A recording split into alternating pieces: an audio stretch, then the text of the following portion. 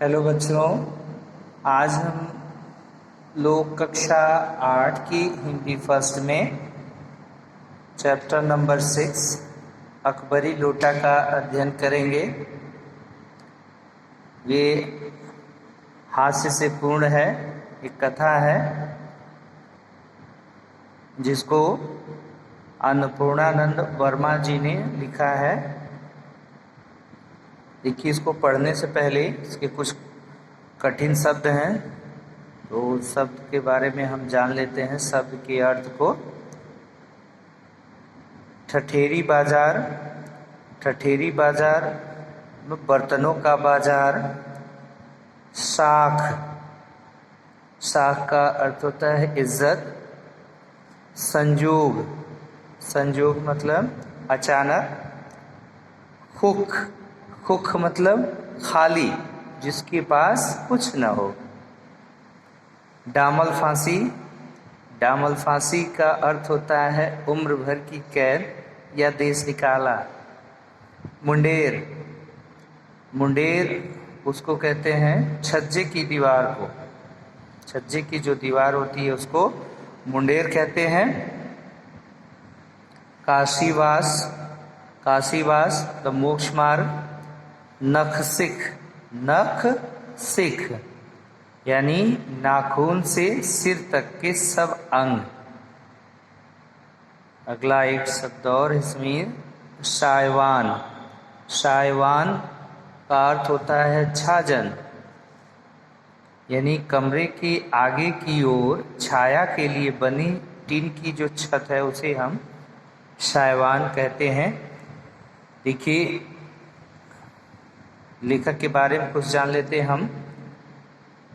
अन्नपूर्णानंद वर्मा जी के बारे में। अन्नपूर्णानंद वर्मा 20वीं सदी के पूर्वार्ध के प्रमुख साहित्यकारों में से एक थे। इन्होंने कविताएं, उपन्यास तथा कहानियां लिखी। ये मुख्य रूप से हास्य व्यंग प्रधान लेखक के रूप में जाने जाते हैं। इनकी कुछ रचनाएं हैं मेरी हजामत, महाकवि चाचा आदि। इन्होंने अपनी हास्य रचनाओं से हिंदी साहित्य को समृद्ध किया। इनकी शैली ऐसी थी कि व्यंग और हास्य की सीमा रेखाएं धुंधली पड़ जाती थी। इनका हास्य लेखन जनरुचि को आकर्षित करने वाला था। तो इसी कड़ी में आइए देखिए हम इनके इस हास्य कहानी को। अकबरी लोटा, एक लोटे की कथा है ये। बिलवासी जी अपने मित्र झाऊलाल की मदद करने के लिए जो है एक बेढंगा लोटा अंग्रेज को ऐतिहासिक करके बेच देते हैं। इसकी कहानी है, अपने मित्र की मदद करने के लिए करते हैं। आइए हम इसको पढ़ते हैं। देखिए, कई बार जीवन में ऐसे हंसी के अवसर आ जाते हैं जिन्हें याद करके चेहरे पर मुस्कुराहट आ जाती है। यह कहानी भी सीधे साधे झाऊलाल और पंडित बिलवासी जी की है। बिलवासी जी अपने मित्र झाऊलाल की मदद करने के लिए एक अंग्रेज को एक बेढंगा सा लोटा ऐतिहासिक बताकर बेच देते हैं और मुसीबत में फंसे अपने मित्र की मदद करते हैं। कहानी हास्य व्यंग शैली में प्रस्तुत की गई है। लाला झाऊलाल को खाने पीने की कमी नहीं थी। काशी के ठठेरी बाजार में मकान था। नीचे की दुकानों से 100 रुपये मासिक के करीब किराया उतर आता था। अच्छा खाते थे, अच्छा पहनते थे, पर 250 रुपये तो एक साथ आंख सेकने के लिए भी न मिलते थे। यानी खाने पीने की कमी नहीं थी, सब कुछ ठीक ठाक चल रहा था। 100 रुपये किराए से भी आ जाते थे, लेकिन 250 रुपये एक साथ आंख सेकने के लिए, यानी 250 रुपये इकट्ठे देखने के लिए कभी न मिलते थे। इसलिए जब उनकी पत्नी ने एक दिन एकाएक 250 रुपये की मांग पेश की, तब उनका जी एक बार जोर से सनसनाया और फिर बैठ गया। उनकी यह दशा देखकर पत्नी ने कहा, डरिए मत, आप देने में असमर्थ हो तो मैं अपने भाई से मांग लूं। लाला झाऊलाल तिलमिला उठे।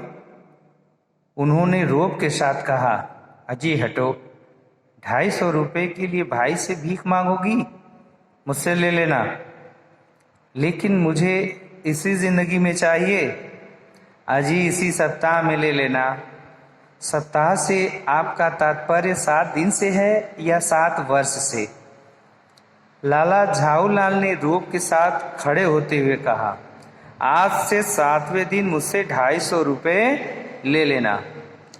लेकिन जब 4 दिन ज्यों त्यों में यूं ही बीत गए और रुपयों का कोई प्रबंध न हो सका, तब उन्हें चिंता होने लगी।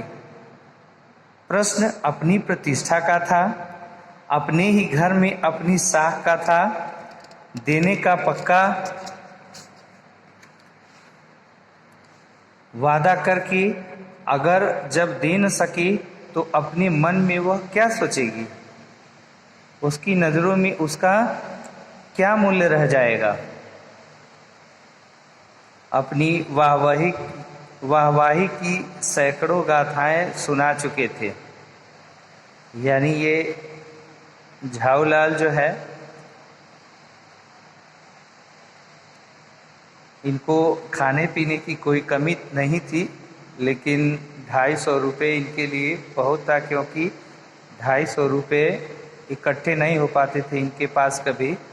और पत्नी के मांगने पर वह वादा कर देते हैं देने के लिए। अब देखते हैं आगे।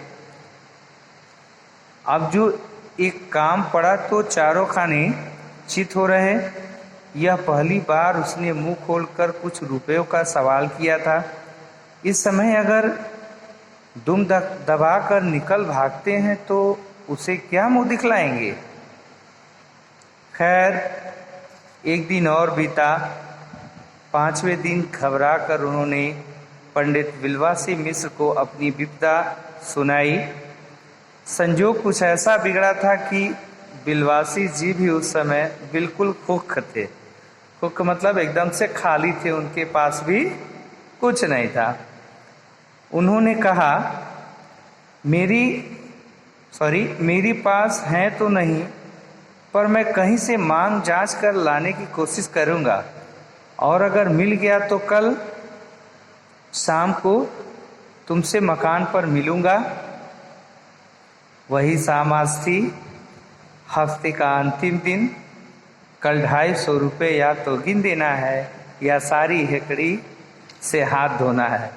यह सच है कि कल रुपया न आने पर उनकी स्त्री उन्हें डामल फांसी न कर देगी। डामल फांसी का अर्थ होता है कि उम्र कैद की सज़ा, या देश निकाला तो ऐसा भी नहीं है कि वो उम्र कैद की सज़ा दे देगी, उनको कर देगी।